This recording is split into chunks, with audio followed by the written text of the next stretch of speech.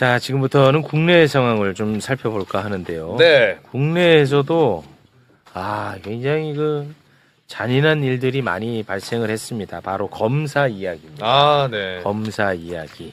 지금부터 대한민국 전문가분들과 함께 검사 이야기를 한번 해보겠습니다. 이거를 좀 대한민국 국민들이 좀 다 좀 알았으면 좋겠거든. 네. 근데 아직도 그냥 평범한 사람들, 평범한 국민들은 검사하면 그냥 뭐 수사, 자기 맡은 바 수사 잘하는 사람들이겠지. 검사가 잡아가면 다 그만큼 죄가 있겠지. 이렇게 생각해요. 아직도. 이게 안 알려지니까. 왜냐? 보도가 안 되거든. 네. 관련한 이야기 지금부터 나눠보겠습니다. 먼저 최강욱 변호사 박수로 모시겠습니다. 네. 안녕하세요. 용남, 하남, 가남이 성공했습니다. 그래요? 예, 검토하고 있대요. 검토 중이다. 그게 무슨 성공이에요? 검토는 아니죠. 다 하는 그쪽까지는 거지. 있는지도 몰랐나 봐요. 김용남이라는 사람이. 검토. 근데 검토로 끝날 것 같네. 네. 자, 그리고 요즘 국회에서 맹활약을 펼치고 계시는 분입니다. 와, 나도 좀 미처 몰랐는데, 진짜 이분이 엄청 똑똑하시더라고. 예. 김승원 의원님, 박수로 모시겠습니다. 저예요? 네. 네, 안녕하세요. 반갑습니다. 와, 요새 정말 많이 반하고 열심히 하고 있습니다. 있습니다. 하루에 네. 한 3시간 아, 자면서. 와. 그죠? 있습니다. 너무 네, 티가 네. 많이 나요. 우리 보좌진들도 고생하고 있는데. 그죠? 예, 오늘 네. 제 모습이 좀 졸려 보인다고. 이거 티가 하더라고요. 그게 확실히 많이 납니다. 정신 바짝 차리겠습니다. 대단히 고맙습니다. 감사합니다. 자, 그리고 검사들에게 그야말로 직격탄을 맞아서 피해를 받고 피해를 지금까지 보고 있는 분입니다. 네. 뉴스타파의 참기자 한상진 기자 박수로 모시겠습니다. 네. 안녕하세요. 네, 오랜만에 뵙겠습니다. 오랜만에 뵙겠습니다. 네. 안 불러주셔서. 저희가 안 부르는 게 그래도 좀 근황에는 좋다고 봐야 되는 겁니다. 아닙니다. 24시간 주야 대기 하고 있습니다. 알겠습니다. 조작기소 국정조사 이야기에 앞서서 그건 이제 워낙 무거운 얘기이기 때문에 네네. 약간 좀 에피타이저 하나 준비가 되어 있는데요. 뭐죠? 요 얘기 잠깐 좀 하고 가겠습니다. 대한민국 검사는 단 한 번도 견제받은 적이 없습니다. 네. 그러니까 그렇게 일생을 살아와. 선배들도 그랬고 나도 그렇게 살고 하면 세상에 무서울 게 없는 거야. 그렇죠. 그럴 수밖에 없잖아. 네. 그러니까 나쁜 짓이란 나쁜 짓은 다 합니다. 추접한 짓은 다 해요. 윤석열 정부에서 대한민국 국가기관 수장들이 다 검사들이 갔었잖아. 맞아요. 이것도 생각할수록 열받는데. 어떻게 여기까지도 검사가 가냐. 맞아. 뭘 아냐. 그 중에 이제 한 곳이 금융감독원장 자리입니다. 이복현이. 이복현이 맞아. 이제 가끔 이제 나와서 하는 거 보면은 넥타이 매고 네. 검사고 말도 좀 조근조근해요. 네. 그래서 약간 정상처럼 보여요. 근데 추접스러운 정황이 이번에 나왔습니다. 오. 이복현이가요. 자신의 금융감독원장 업무 추진비로 미슐랭 레스토랑에서 비싼 음식을 먹고 다닌 것 같아요. 근데 업무 추진비로 1인당 3만 원까지 쓸 수가 있는 거야. 업추비로. 네. 그런데 이복현이가 다닌 곳은 1인당 29만 원이거든. 1인당 29만 원. 1인당 29만 그럼 원이야. 못 쓰네. 그럼 3만 원만 써야 돼. 네. 그러니 골치 아프단 말이야. 예. 그래서 어떻게 하냐. 인원수를 부풀려. 10명이 간 것처럼. 그렇게 보입니다, 실제로. 예. 이복현 금융감독원장 업무 추진비 내역이 이번에 공개가 됐는데요. 미슐랭 스타집에서만 쓴 내역 소개 부탁드립니다. 자, 2023년 10월 20일부터요. 2024년 2월 20일까지 결제 금액이 29만 원 이렇게 쭉 돼 있고 28만 원 돼 있잖아요. 근데 인원수는 10명으로 되어 있습니다. 근데 저 미슐랭 스타 음식점은요. MBC 기자가 직접 가서 확인을 해 보니까 네. 최대 6명까지만 들어갈 수 있기 때문에 공간이 없어, 공간이. 일단. 10명으로 예약을 하면 예약이 안 돼요. 예약이 안 돼. 네. 그리고 30만 원이란 말이야. 32만 원, 31만 원, 30만 원 그렇단 말이야. 네. 10명이 갖다 쳐. 줄 서가지고 먹었다 쳐. 예. 한 접시 먹고 나가야 돼. 한 접시.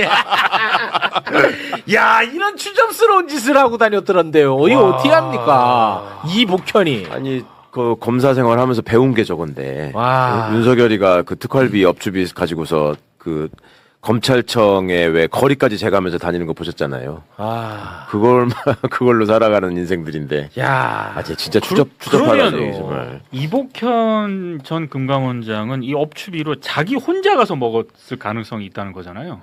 그럴 그렇잖아. 가능성이 액수로 따지면. 액수로는 그렇게 보이죠. 네. 혼자 간 걸로 보이는데 네. 혼자는 안 갈 거 아니에요. 그리고 그러니까요. 보면은 혼자 가기에는 간격이 네. 다닥다닥 붙어 있어요. 그러네. 한번 뭐 다시 띄워주시겠습니까? 이거 보면은 20일에 먹고 5일 뒤에 또 먹고 5일 뒤에 또 먹고 그리고 2달 뒤에 먹고 너무 붙어 이 있는데. 혼자 이건 아닌 것 같거든. 그 점은 나는. 제가 좀 네. 예. 그 점은 금감원장이 카드를 네. 몇 개를 쓸 수가 있습니다. 아니면 남의 카드를 갖고 와서 그걸 긁게 할 수도 있고. 아 그래요? 예. 이게 예전에 저희가 이제 국회에서 감사하다 보니까 모 부처 차관도 똑같은 장소에서 다른 카드가 동시에 아 그래요? 긁은 흔적이 있어요. 아 그건 몰랐네. 근데 그때는 진짜 뭐랄까 간담회라서 한 20-30명이 모여서 한 건데 그건 그렇게 긁은 흔적이 있더라고요. 그러니까 제가 볼 때는 이복현 원장도 그렇게 저희 국회에 업추비 그 사용량을 안 내려고 그렇게 버티고 있었거든요. 네네.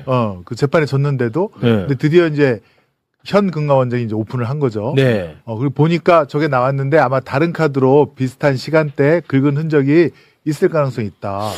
그것까지 파야 된다. 와. 그 점을 말씀드리겠습니다. 유력한 추정이네요. 유력한 예, 추정. 예. 그게 이제 아. 자기한테 주는 카드가 있고 네. 네. 그 비서실에 주는 카드가 있고 그러니까 그 와. 비서실 운영비 이런 걸로 그다음에 임원들한테 또 나오는 카드가 있기 때문에 그 비서가 한 7, 8개를 들고 다닐 가능성이 있죠. 아니면 이럴 가능성은 어때요? 이거 갑자기 얘네들은 뭔 짓인지 할 수 있을 것 같다는 생각이 네. 갑자기 들어가고 다시 좀 띄워주시겠습니까? 이럴 가능성이 없는지 한번 좀 제 생각 확인 받겠습니다. 2023년 10월 20일, 25일, 30일 단골이네요. 갔단 말이야. 네. 너무 간격이 좁잖아. 거의 이진숙 빵 사 먹는 수준. 그래서 제 추정 들어갑니다. 3명이서 가고 이렇게 분할로 계산한 것처럼 한 거 어떨까요? 날짜를 의미죠? 다. 3명이 간 거야. 네. 아, 근데 날짜를 다른 날짜 결제일로 잡아달라. 어떻습니까? 그러기에는 좀 너무 그러기에는. 번거롭고 아, 품이 좀 떨어진 번거롭- 일일 것 같아요. 아, 좀 저 번거롭습니다. 카드 뺏어서 3개 들고 가면 되지 뭐하러 아, 그거를 그랬습니까? 3번씩 가겠어요. 아, 추접스럽다. 야 정말. 아, 근데 우리가 보기엔 추접스러운데 저 사람들의 세계에서는 저렇게 하는 것이 삶의 의미예요. 그러니까 저걸 위해서 저걸 위해서 그 지저분한 짓을 하는 거야. 아, 그럴 수 있어. 남의 돈 이렇게 해서 쓰는 재미가 그게. 그럴 수 있어. 그리고 그것이 내가 그동안에 노력을 한 데서 오는 정당한 보상. 그리고 내가 이 자리에 올 때까지 저 개돼지들은 못하는 여러 역량을 발휘했기 때문에 내가 누려야 되는 당연한 특권. 그렇지. 이렇게 생각 한상진 기자 너무 잘 알지 않아요? 잘합니다. 네. 웃지만 마시고 우리 너무 잘 알아. 아니, 그러니까 이런 특권을 누리려고 박상용이처럼 그렇게 애를 쓰는 거겠죠. 당연하죠. 예. 그거 조금만 저기 하다 보면은 저런 게 나오는데. 뭐 그렇겠네. 예. 저희 그런 국회에서는 이제 저런 걸 주면 보좌진들과 함께 계속 검색하거든요. 이게 어디서 뭘 먹었는지를. 네. 그러니까 약간 좀 자괴감을 느끼죠. 아. 그걸 카드를 긁으면서 비싼 거 먹고 다니는 놈이 있고, 그거 잘 먹고 잘 쓰고 다니는지 국회에서는 또 보좌진들이랑 같이 그거 막 보면서 하고 그러네요. 있고. 아. 그리고 발견하면 너무 기쁜 거예요. 네. 이런 걸 갖다가 좀 개선할 수 있는 기회가 생기니까. 그렇습니다. 알겠습니다. 근데 오늘 댓글에서는 나를 또 지지하는 의견들이 굉장히 많습니다. 여러분 대단히 고맙습니다. 네. 고맙습니다. 저에게 좀 힘 좀 실어주시기 바라겠습니다. 왜냐하면 이놈들은 뭐든지 할 놈이라고 저는 순간적으로 판단이 들어가지고. 네. 네. 미슐랭도 먹고 다니고 좋네. 자, 어제 국회에서 조작기소 국정조사가 열렸습니다. 그 내용을 들여다보면 진짜 검찰의 추악함, 포악함이 만천하에 다 드러날 텐데 보도량이 놀라울 정도로 적어요. 혹시 기자님이니까 아실 텐데 네. 혹시 이번에 어제 이거 국정조사 하고 증인으로 출석하셨으니까 네. 대한민국 언론 혹시 보셨어요? 놀라울 정도로 보도량이 없어요. 네, 일단 어제 제가 참고인으로 나가서 저도 좀 떠들었기 때문에 네.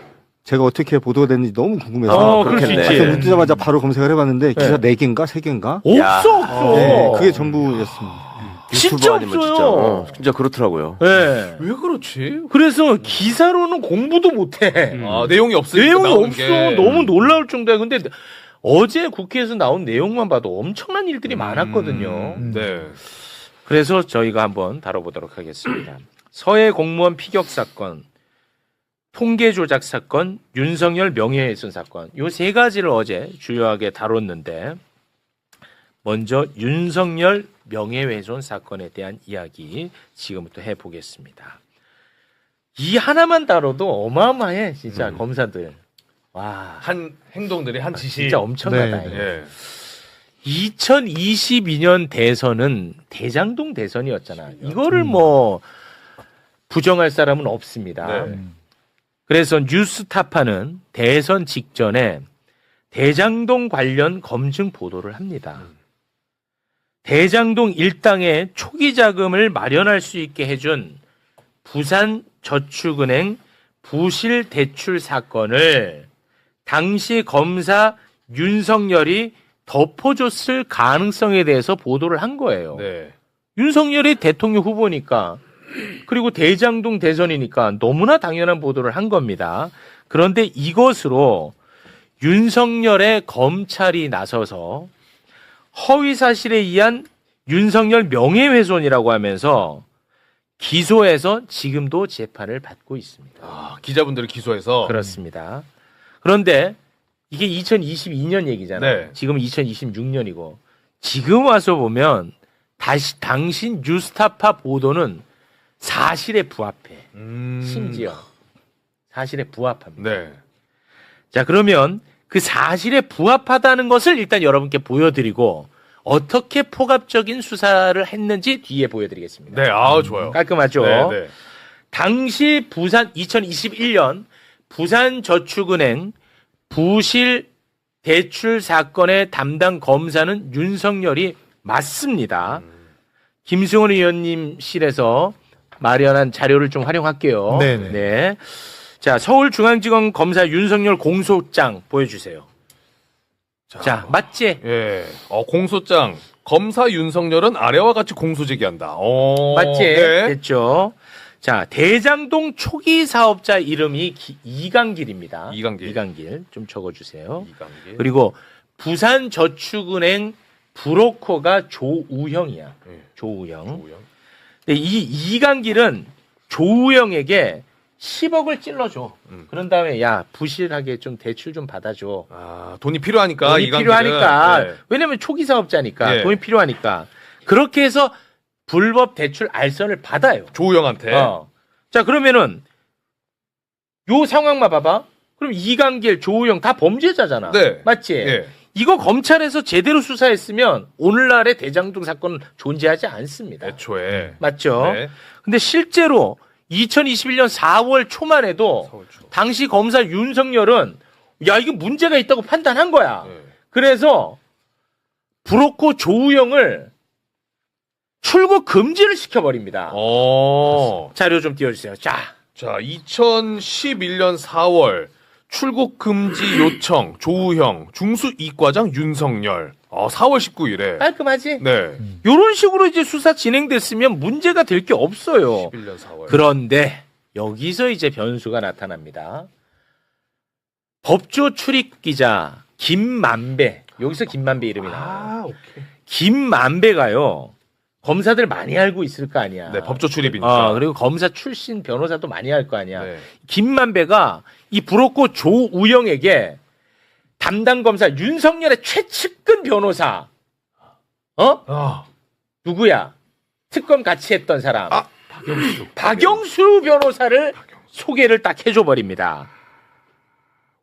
뭔지 알겠지? 조우영한테 박영수를. 김만배가. 예. 요거는 제 얘기가 아니고요. 조우영이 시간이 한참 지나서 훗날 검찰에서 이렇게 다 진술을 했어요. 소개해 주세요. 조우영 참고인 진술조서. 제가 2011년 4월, 5월경 대검 중수부에 3번 정도 출석해서 조사를 받았습니다.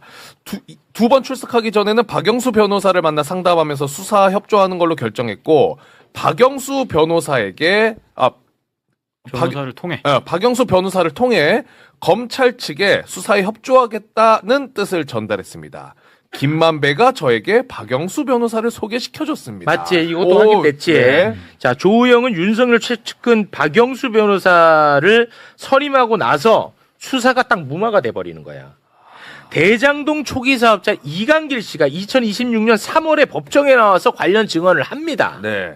서로 입을 맞춘다거나 그런 정도 하다 보니까 조우영 입에서 차 한잔 마시고 다행히 다 무마하고 그냥 왔다. 그러니까 다음 조사는 없을 거다. 걱정하지 마라. 그랬었고 그걸 확인을 내가 남욱과 정영학한테 또다시 했다. 그랬더니 박영수 변호사를 산 덕에 잘 됐다는 정도만 저는 전해 들었습니다. 네. 자, 조우영의 사촌형 이철수 씨도 같은 내용의 증언을 했습니다. 첫 번째 조사받고 난 다음에 패닉 상태로 전화가 왔고 두 번째 조사를 받고 난 다음에는 너무나 다른 분위기로 커피만 마시고 그냥 나왔다고. 박영수 변호사를 해가지고 조사를 받는데 안 물어보더라 이러는 거야. 조우영이 커피를 마셨네 안 마셨네가 중요한 것이 아니라 그때 당시 윤석열 검사가 조우영 조사의 편리를 봐주었다는 것이 가장 큰 중요 포인트다. 됐죠. 이 내용을 뉴스타파가 보도한 거야. 그 당시에. 뭐가 문제야? 문제 없지? 네. 그 윤석열이 그 수사 무마한 게 문제지. 그렇죠. 김승원 의원님 나와주세요. 네. 정리 좀 부탁드립니다. 그래서 그때 당시 그 부산저축은행에 대한 총체적인 수사가 이루어졌고 당연히 대장동 사업건도 두 번째 대출 규모이기 때문에 수사가 들어갈 줄 알았는데 아까 조우영 그 얘기 보듯이 처음 조사 받으러 갔을 때는 패닉 상태에 빠질 정도로 세게 조사를 받은 거예요. 네. 이게 이제 맛이 가갖고 이거 어떡하냐 했는데 박영수를 선임하고 가서 커피 한 잔 가볍게 마시고 오면 된다라고 해서 갔더니만 그때는 진짜 부드럽게 조사가 이루어졌고 네. 그 다음부터는 안 부르더라. 와. 그래서 조우영도 살고 이강길 씨도 살고. 그래서 실제로 기소가 안 됐습니다. 안 됐습니다. 실제로. 안 이 대목은 됐고. 진짜 공교롭게 제가 증언할 부분이 좀 있는데 있어. 김승원은 우리 집 와봤잖아요. 네. 네? 그 동네에 양지 조우영도 타운하우스. 살았고 아, 조우영. 부산저축은행 회장인 박연호 씨도 거기 살았어요. 그 박연호 씨의 부인이 조우영하고 인척 관계예요. 잠깐만 누구요? 부산저축은행 회장인 네. 박연호 씨의 부인이 회장 부인. 조우영 씨하고 인척 관계라고. 둘이 아. 친척 사촌 누나라고 불렀어. 박연호 씨. 근데 저는 그 사람들을 2006년부터 알고 지냈었어요. 우리 동네 사람이니까. 아, 알고 지냈어요? 내가 잘 아는 사람들이에요. 오. 희한하게 그렇게 됐어. 오. 그래서 내가 이 말씀을 왜 드리냐면 어느 날 조우영 씨가 저한테 와가지고 박영수 변호사를 아냐는 거야. 오. 아니, 그래서 내가 박영수 변호사를 또 알았거든. 그 중수부장 했던 박영수 말하는 거냐. 그러니까 그렇대. 오. 박영수를 네가 어떻게 알고 물어보는 거냐 그랬더니 오. 골치 아픈 사건이 있어서 사람들이 박영수 변호사를 추천을 하는데 선임하라고. 오, 대박. 수임료를 너무 많이 달라고 그래서 오. 그만한 가치가 있는 사람인지 나한테 검증을 받고 싶어서 온 아하. 거야. 오. 수임료를 1억 이상 달라고 하니까 어. 그런 사람한테는 그렇게 해서 하는 게 효과가 있습니까? 어. 사기당할 수도 있는 거잖아요. 네, 그러니까 내가 네. 변호사니까 와서 물어봤던 거예요. 그래서 제가 무슨 사건인데 그러냐? 그랬더니 중수부 사건이래. 그러면은 그 상황에서라면 박영수를 추천하는 게 그 업계에서는 자연스러울 거다. 근데 결과에 대해서는 장담을 못하지만 그 사람들이 통상 그렇게 요구한다. 걔들의 생태계에서. 오. 그렇게 얘기한 적이 있었거든. 와. 그러고 나서 얼마 있다가 이제 내 동네에서 봤을 거 아니야 또. 그래서 괜찮아? 그랬더니 아, 잘 됐어요? 이렇게 하는 거야. 그렇게 얘기해 주셔 조우영 씨가. 공범이네? 도와줬네. 공범이네? 아니, 내가 근데 그런 일이 있어서 와. 아니 그럼 그 2011년도네요. 그때 일이야. 그 2011 년이야. 그러고서 잊고 살았는데 저 일이 터질 때 초반에 네. 조우영이 등장할 때 내가 머릿속으로 저 변호사가 박영수였나 그러면 그거 봤더니 박영수인 거야. 와, 이 대박 사건이야. 진짜 황당했어요. 좀 아다리가 맞나? 근데 정말 아기가 맞아. 조우영 씨가 박영수한테 1억 6천을 줬습니다. 1억 6천. 와. 네. 착수금 5천, 성공 보수금 뭐 1억 천에서. 사실은 엄청 싸게 먹힌 겁니다. 억대를 달라고 했던 말이랑도 네. 아다리가 그렇지. 맞네요. 네. 와, 이 말이 되는 나라냐는 거야. 야. 아니, 이거 윤석열이가 그래서 이놈들 풀어주는 바람에 대장동 일당이 활기를 칠 수 있었던 건데 이거를 보도를 한 거야 그냥 이분은. 뭐가 문제야 뭐가. 그러네. 그 최홍이 한 가지만 네. 더.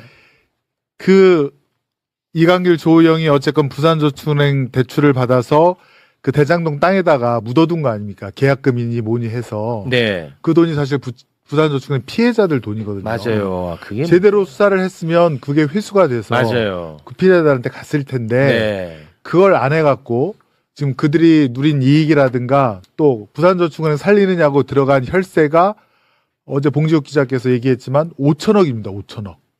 와.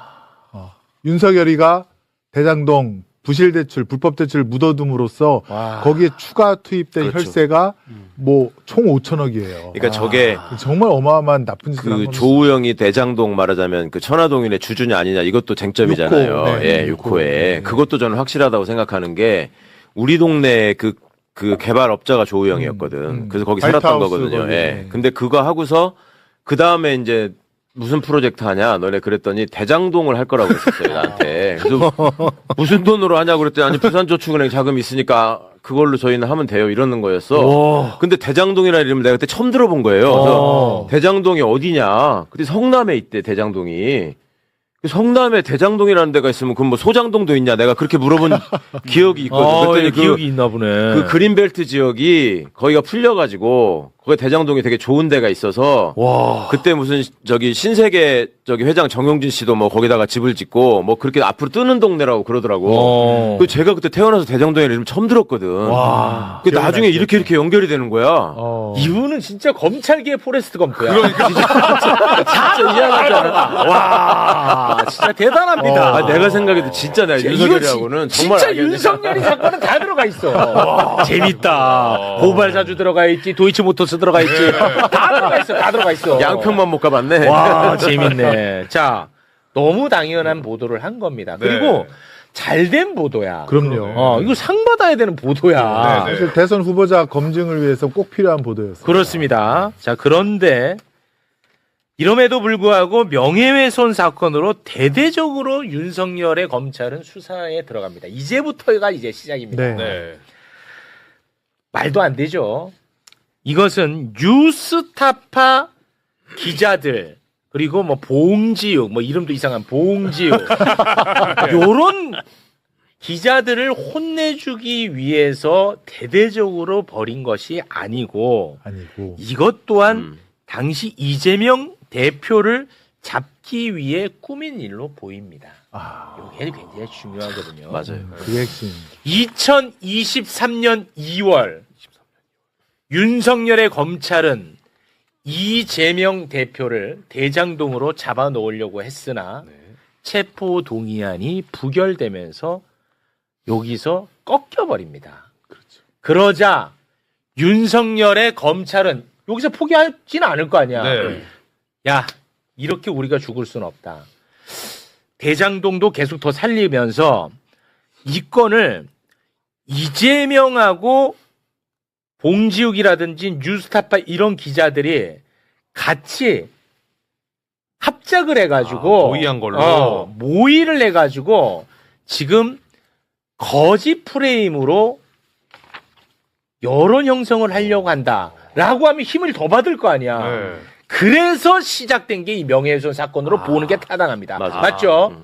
네, 맞습니다. 근데 제가 말씀 듣다 보니까 네. 이게 남의 사건 같아요. 아니 내가 제일 잘하는데. 아니 내가 제일 모르고 여기 계신 분들이 아니 여기 아니 앵커께서 아니 제가 종종 이제 이 건 가지고 여기저기서 얘기를 좀 해달라고 연락을 받는데 앞으로는 대신 나가시고 아, 그래서 저도 너무 이게 중간중간 말씀하실까 싶어서 이렇게 뵈면 이렇게 봤거든요. 근데 표정이.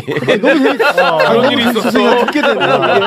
들어올 부분이 또 맞아요, 있을 맞아요. 겁니다. 네. 네, 됐죠. 네. 자, 그런데 지금부터 그러면 얼마나 이제 검찰이 폭력적으로 요거를 이제 수사를 했는지 좀 살펴보겠습니다. 묶어가지고. 예.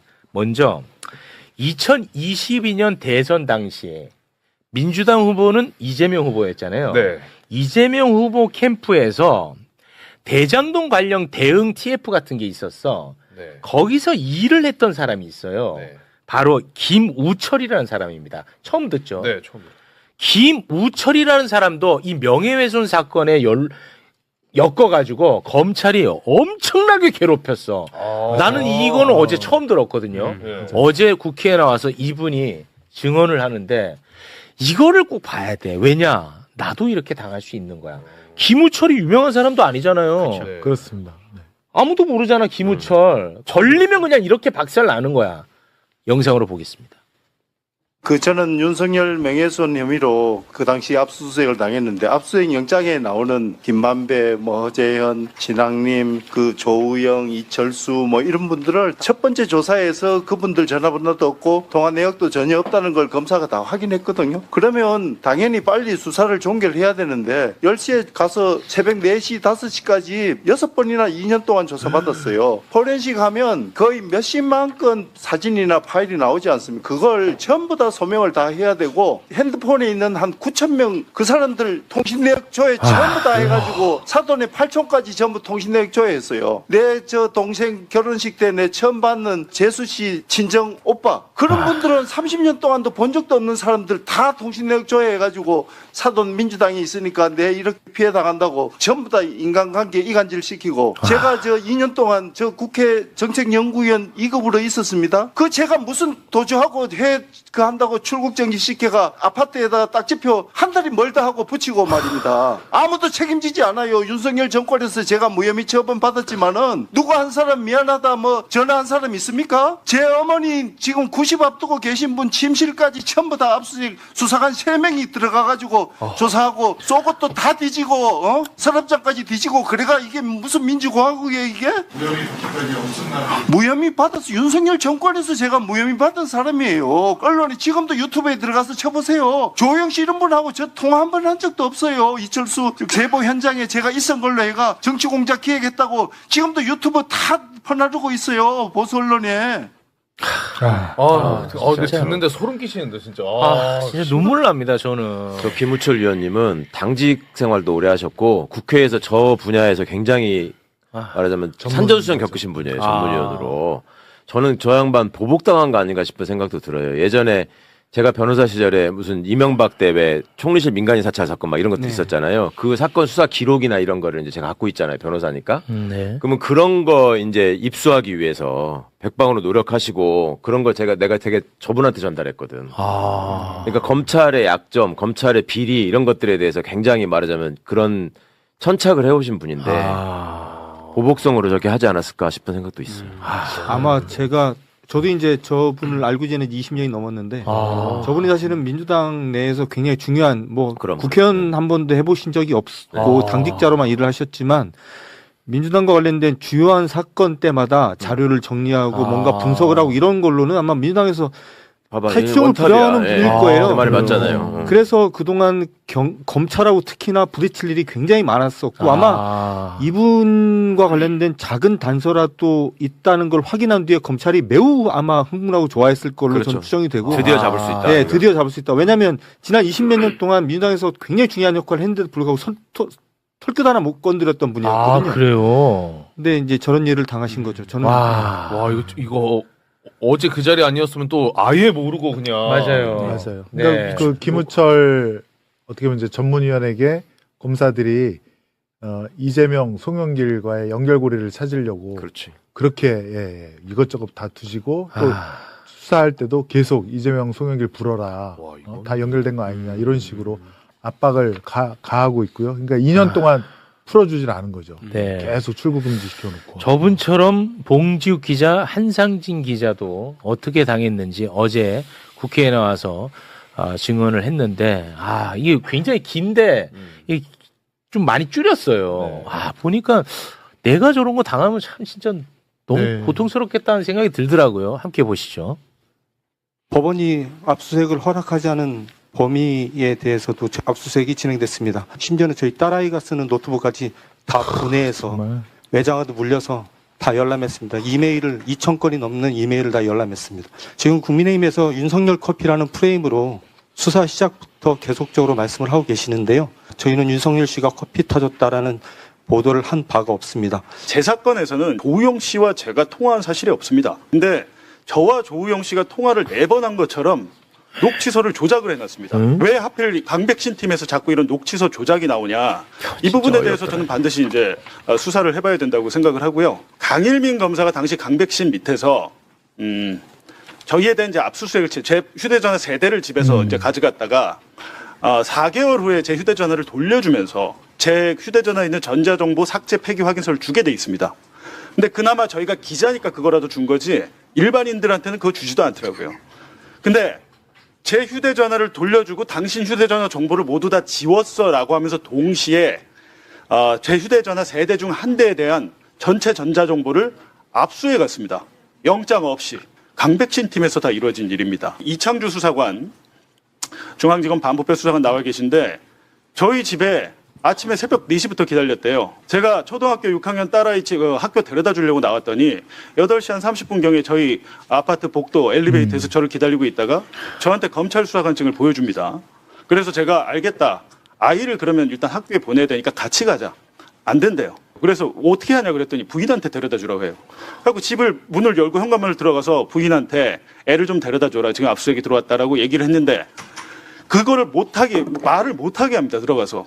그래서 제가 영장이 있냐고 그랬더니 영장이 없대요. 영장이 없이 저희 집 문을 개폐해서 못 닫게 강제로 잡고 결국에 저희 애는 걸어갔죠. 학교를 늦었겠죠. 제가 수사관과 신랑이 한 모든 모습을 저희 초등학교 6학년 딸이 다 지켜봤죠.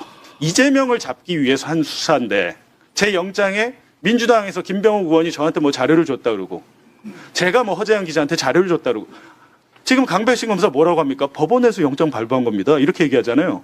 그 영장 발부 사유가 다 거짓말이에요. 와, 맞아요. 진짜. 자, 요거는 좀 의원님이 좀 부연을 해주셔야 될 것 같아요. 그 봉지욱 기자는 뭐 불법 압수수색처럼 이야기를 했고요. 네. 그리고 녹취서를 조작했다 이렇게 표현을 했는데 요거 좀 부연해 주시죠. 첫 번째는 영장이 없는 상태에서 집안을 강제로 쳐들어갔다는 거죠. 네. 네, 그러니까 아이 학교 딸아이 데려다 준 것 때문에 와이프랑 얘기하려고 문을 여는 순간 네. 탁 하고 잡아갖고 문을 못 닫게끔. 영장 그다음에 없이. 예, 영장 없이 검찰 수사관이 들어갔다는 거고요. 두 번째는 저희 자료화면 혹시 첫 번째 거 봉지욱 압수수색 영장 이 보시면 법원에서 다 사선입니다. 다 그어버립니다. 이거 하지 마가 이거 하지 마.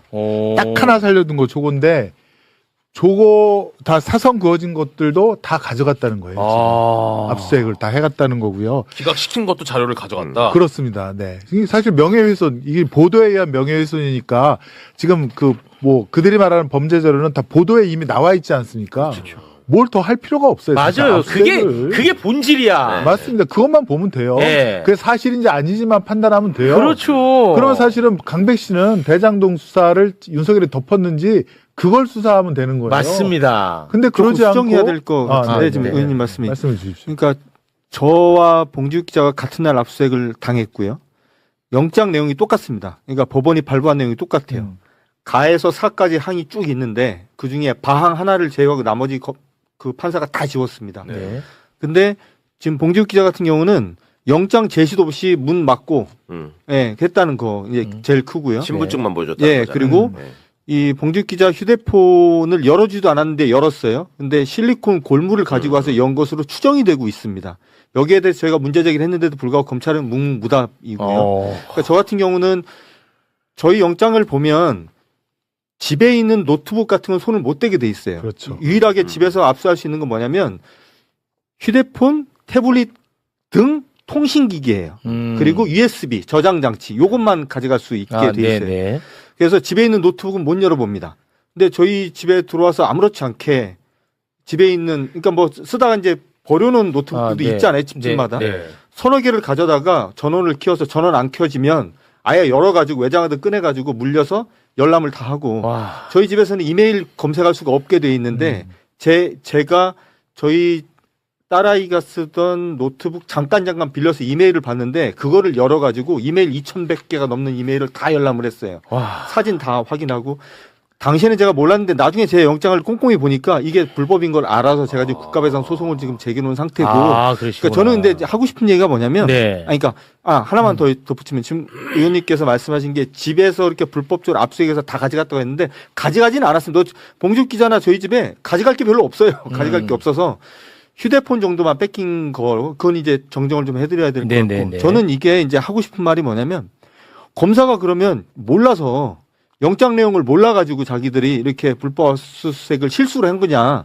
전 그렇게 보지 않습니다. 대한민국에서 수사 제일 잘한다는 애들이 모여있는 서울중앙지검 특수부 검사들 아니에요? 네. 이 사람들이 몰랐겠어요? 아, 당연하죠. 다 알고 있는데 그냥 늘상 하던 거고 일반인들한테는 이렇게 해도 별 문제되기도 안 하고 그냥 대충 넘기고 갈 수 있으니까 일반분들 아마 모르니까. 했을 겁니다. 네. 예.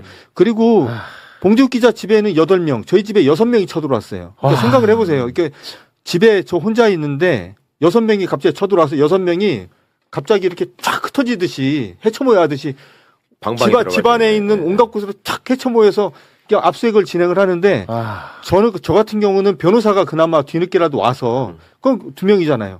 2명에서 6명 어떻게 쫓아다녀요? 못 쫓아다니죠. 봉지욱 기자는 저희가 변호사를 보내지도 못했습니다. 왜냐하면 저희 뉴스타파 사무실이 동시에 압수수색을 당하는 바람에 저희가 선임해놓은 변호사가 2분밖에 안 계셔가지고 봉지욱 기자 집은 봉지욱 기자 혼자서 대응을 한 거예요. 그러니까 집안에서 뭘 하고 있는지를 알 수가 없고 그렇지. 그러니까 나중에서야 뭐 휴대폰이 열려 있는 것들을 확인했는데 이거는 그냥 우연히 뉴스타파에서 우연히 발생한 사건이다. 저는 그렇게 절대 보지 않고 이건 그냥 검찰이 지난 수십 년간 켜켜이 쌓아온 불법 수사의 그냥 관행과 습관들이 그냥 이번 기회에 터져나온 거기 때문에 네. 잘 됐다. 끝 보자. 끝 봐야 돼. 네, 끝 보자. 뭐 그런 말씀 드리고 싶어요. 의원님, 하나만 예. 지금 네, 빠진 게 봉지욱 기자 중요한 얘기했어요. 휴대폰 3개를 가져갔다가 돌려주면서 네. 한 개는 영장도 없이 네. 지네들이 그 기록을 또 다 저기다가 서버에다 심었다. 네. 이게 그 예전에 한 번씩 나왔다가 그냥 디넷. 술면이 사라지는 디넷이에요. 디넷, 캐비넷. 그러니까 압수수색 영장으로 전자 기록물을 볼 때는 그 필요한 부분만 한정해서 봐야 되고 네. 그래서 피의자가 입회를 해가지고 이거는 네. 그래 상관없는 거니까 하지마 하면서 필요한 것만 가져가게 해야 되는 네, 겁니다. 네. 근데 이것들이 그거를 전체를 통째로 지네 서버에다 올려버리는 거예요. 그러니까 정확히 말씀을 드리면 봉지욱 기자가 나중에 전자정보 폐기 확인서를 받았어요. 예. 근데 한 장을 더 준 거예요. 보니까 폐기 확인서를 봉지욱 기자에게 교부해 준 날 다시 압수된 서류를 하나 주는 거예요. 그러니까 뭔 말이냐면 휴대폰을 가져갔잖아요. 그래서 열어서 포렌식 끝났어. 그럼 남아있는 이제 전자정보 폐기를 하죠. 폐기 확인서를 주면서 압수했다라는 서류를 줘. 무슨 말이냐면 폐기한 거를 다시 압수한 형태로 보이는데 지금 어쨌든 검찰은 자기들은 아니다라고 지금 항변을 하고 있는 것 같은데 네네네. 그럼 이것도 한번 따져보자. 네. 수사에서 한번 따져보자. 오케이. 저는 좀 그런 알겠습니다. 입장입니다. 자, 갈 길이 멀기 때문에 그리고 이거 진짜 심각합니다. 봉지욱은 조우영이랑 통화를 한 적이 없어. 없는데 그렇습니다. 통화를 한 것처럼 조작을 했다. 이건 이건 심각하잖아. 아, 정말 네, 그 자료 좀 띄워주세요. 통화 내역, 녹취록 표지에 그다음에 녹취록을 조작의 달인 강백신. 네. 그 재창이 형을 실장님을 재창이 네. 형으로 바꾸듯이 이건 아예 봉지욱 기자의 그 목소리가 아닌데 그 통화 내역이 아닌데 봉지욱인 것처럼 해서 표지를 표지를 와 법원에 올리고 그다음에 봉지욱이 조우영과 통화한 내역이 있음에도 뭐 이런 보도를 했다. 그래서 허위다. 이걸로 와. 압수수색 영장을 발받아서 그냥 다 미친 거 아니야 자료를 이거? 가져가고 그다음에 사실은 이게 무서운 게 이런 거 가져가면 이게 또 별건 수사에 또 시발이 됩니다. 맞아요. 송영길 대표도 그렇게 됐잖아요. 맞아요. 예. 예. 그러니까 이런 것들을 다 조작에 의해서 하는데 유독 강백신에 의해서만 네. 강백신 그 팀에서만 너무 자주 습관처럼 강백신이 일어난다. 설명이 가관이에요. 저거만 나오면 속기록은 제가 만든 게 아니라 맞아요. 예. 꼭 그렇게 하고 진짜 나쁜 사람이야. 그러니까 의원이 그렇게 물어봤잖아. 이게 4개가 속기록이 있는데 속기사가 다르다. 다르다. 근데 어떻게 전부 다 이거를 다 봉지욱이 봉지욱, 통화한 걸로 그렇죠. 다 헷갈릴 수가 있냐? 이게 말이 안 되지 않냐? 아, 이거 그렇죠. 이렇게 하시는데 이거 어떻게 해, 이놈? 아니 그러니까 저거는 저런 애들은 저런 거를 통해서 출세를 한다니까. 그렇죠. 그리고 지들끼리 저걸 특수수사 기법이라 그래. 그렇죠. 그리고 전수를 해. 이렇게 하는 거다. 음. 압수수색은 가서 이렇게 영장이 이건 그냥 다 해. 그리고 뭐 저기 얘기하면은 그냥 다 필요하다고 해. 뭐 휴대전화 있으면 이것도 노트북도 통신이 가능하니까 그냥 통신기기라고 해. 이런 식으로 가리키는 거야. 사실 이제 저 관련돼서 저도 한 말씀 드리면 미치겠어. 저건 역시 실수냐? 지금 어제 국정조사 청문회에서 강백신 씨는 나와서 마치 자기들이 사소한 실수를 했고 교정했다라는 식으로 얘기를 하는데 저게 실수일 수가 있나요? 아유, 그러니까 예를 들면 자기들이 속기록을 만들었다 쳐. 그 뭐 잘못 만들어져 있다 쳐. 그럼 그거 안 들어보고 압수수색 영장 냅니까? 그렇지 그렇죠. 않잖아요. 네. 다 들어볼 그 거 아닙니까? 부실 수사의 증거지 안 들었으면. 자기들은 그럼 속기록이 잘못돼 있다라는 거를 알고서도 냈다고 넉넉히 추정이 돼요. 네. 근데 그냥 뭉개고 막 그냥 한 거예요, 또 저렇게. 네. 그리고 나서 저게 문제가 되면 속기는 내가 안 했다고 얘기를 하는데 그러면 속기사를 검사시키든지 그죠? 검사들이 늘상 그러잖아요. 자기들이 인권의 수호자이기 때문에 경찰이 하는 수사, 뭐 하는 수사 자기들이 다 통제해야 되고 그래야지 인권이 수호가 된다고 얘기를 하잖아요. 맞습니다. 근데 이럴 때 이런 일이 벌어졌을 때는 늘상 하는 말이 뭐냐면 자기들이 안 했어. 이건 단순한 실수야.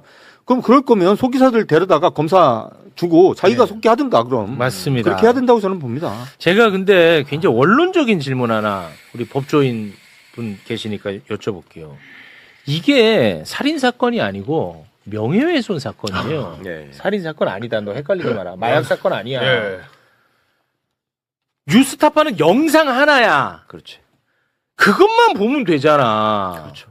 아니 명예훼손 사건을 이렇게까지 대대적으로 투입해가지고 막 압수수색하고 뭐 이거 자체가 너무 이런 경우가 있어요? 이런 경우는 거의 없고요. 지들이 생각할 때 이게 시체말로 자기들끼리 용어로 지들끼리 돈 되는 사건. 응? 그러니까 이거 했을 때 위에서 알아주고 출세하는 데 도움이 되는 사건에만 합니다. 근데 이거를 일종의 뭐냐면 이렇게 무력 시위를 통한 사전 제압 수단으로 쓰는 거예요. 네. 상관없는 거를 압수수색 영장은 대충 너도 법원이 발부해 준다는 걸 다 알고 있기 때문에 이런 것도 쟤네들 전수되는 수법이에요. 그렇게 압수수색 영장을 발부받아서 압수수색을 했다 그러면 별거 아닌 것도 일반인들이 볼 때는 맞아요. 황성진 기자가 그냥 기자인 줄 알았더니 나쁜 사람이었구나 맞아요. 이런 인식을 심어주고 네. 그 다음에 압수수색을 하게 되면 그걸 가지고 또 기사를 막 또 만들어낼 수 맞아요. 있습니다. 예. 예. 그렇게 해가지고 사전에 사람을 그냥 이상한 사람 만들어버리는 수법으로 지들이 타겟팅한 거에 대해서는 늘 해왔던 수법이죠.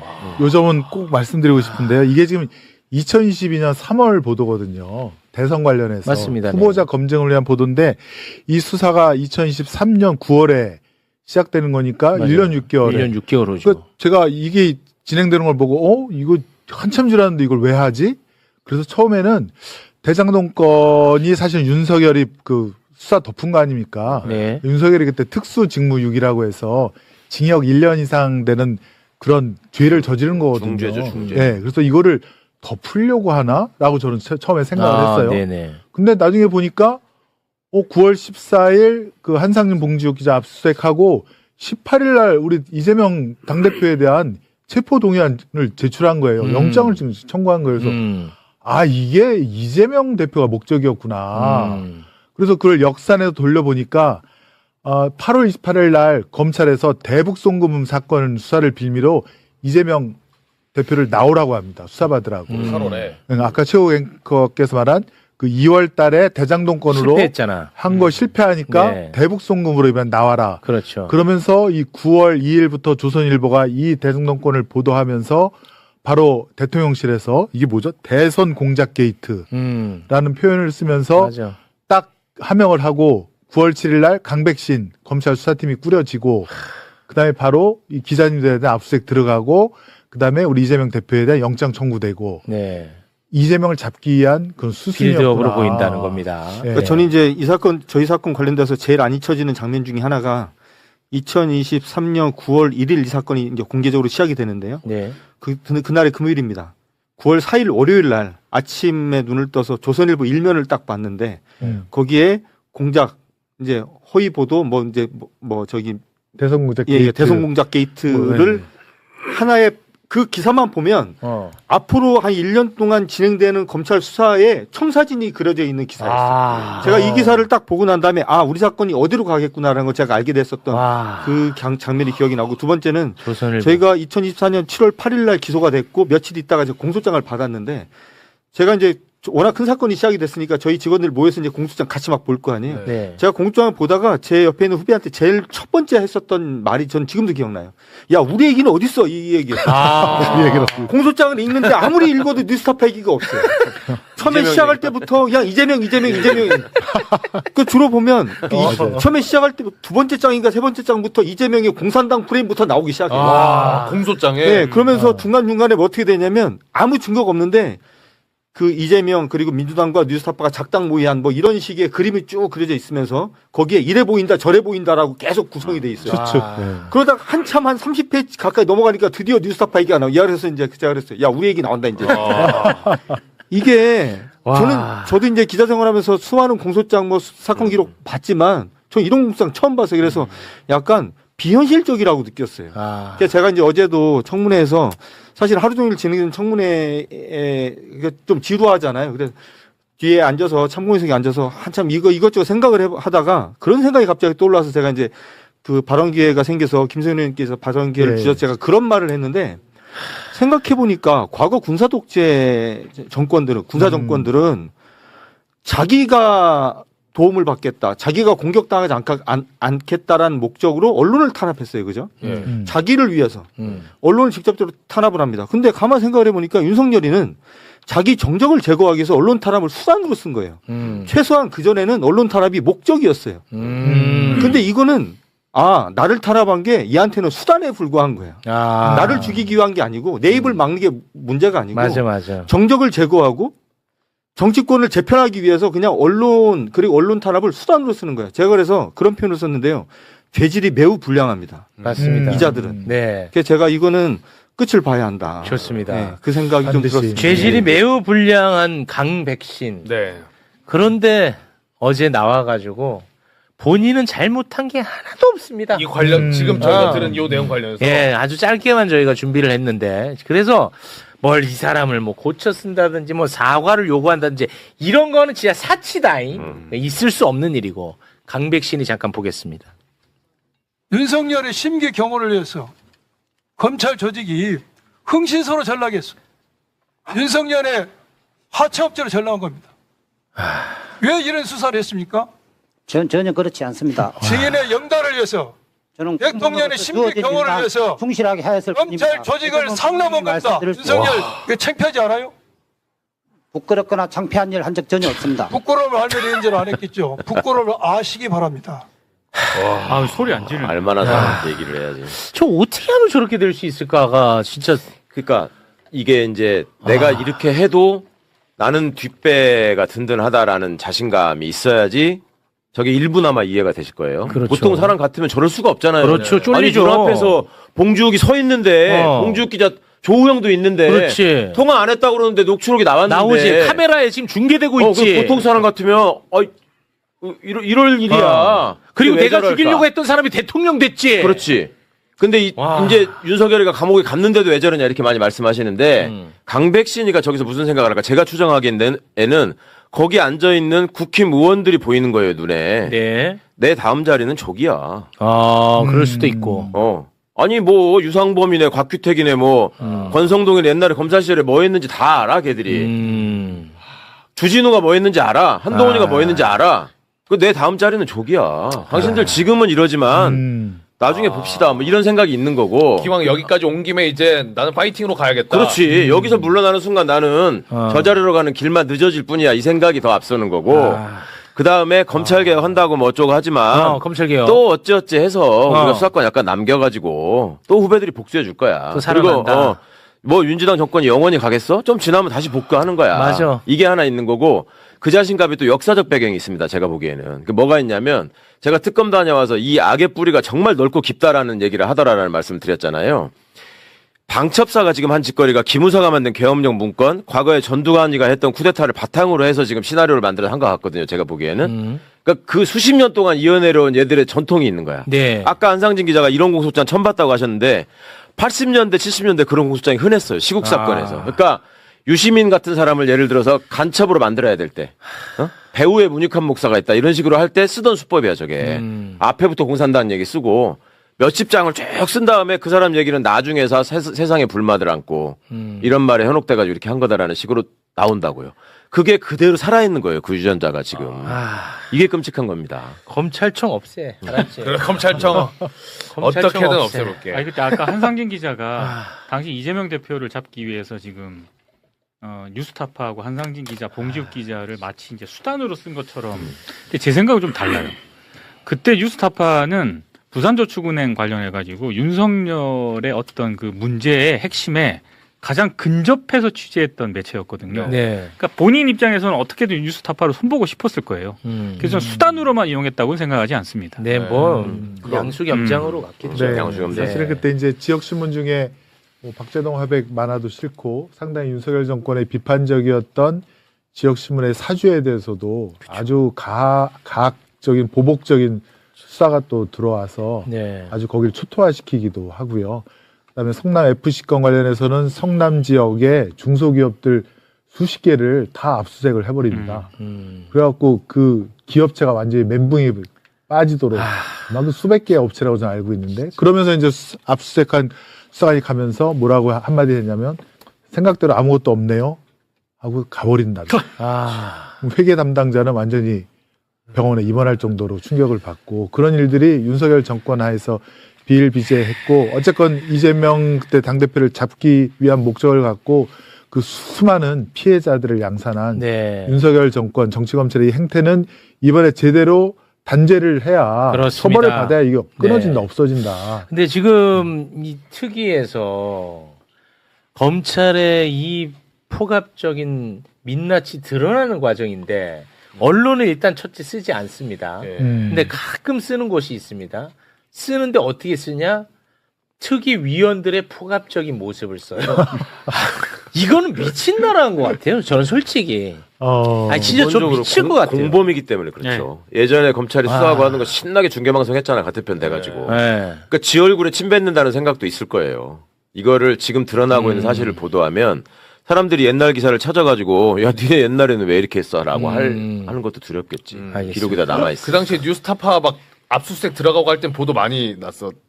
그때는 뭐 보도가 어마어마하게 났었죠. 왜냐하면 범죄자들이니까. 저는 진짜. 압수수색 당일날 뭐 저희가 만든 영화에도 찍혀 있지만 압수수색을 당하면서 압수수색을 당하고 있는 저희 집 TV로 YTN에서 저희 집 압수수색되고 있는 생중계가 되고 있는 걸 보는데 진짜 기분이 묘하더라고요. 그랬어요. 너무 재밌었어요. 아이 뭘 재밌어. 네 알겠습니다. 그러니까 그때는 딱 보면은 뉴스타파가 이재명을 대통령으로 만들기 위해서 네. 공작을 하는 공작기관으로 보도를 하세요. 공작기관 완전히. 네. 한 건 잡았어. 자, 더 이야기를 나눠야 됩니다만 시간 관계상 지금 더 기다리는 위원분들이 많이 계십니다.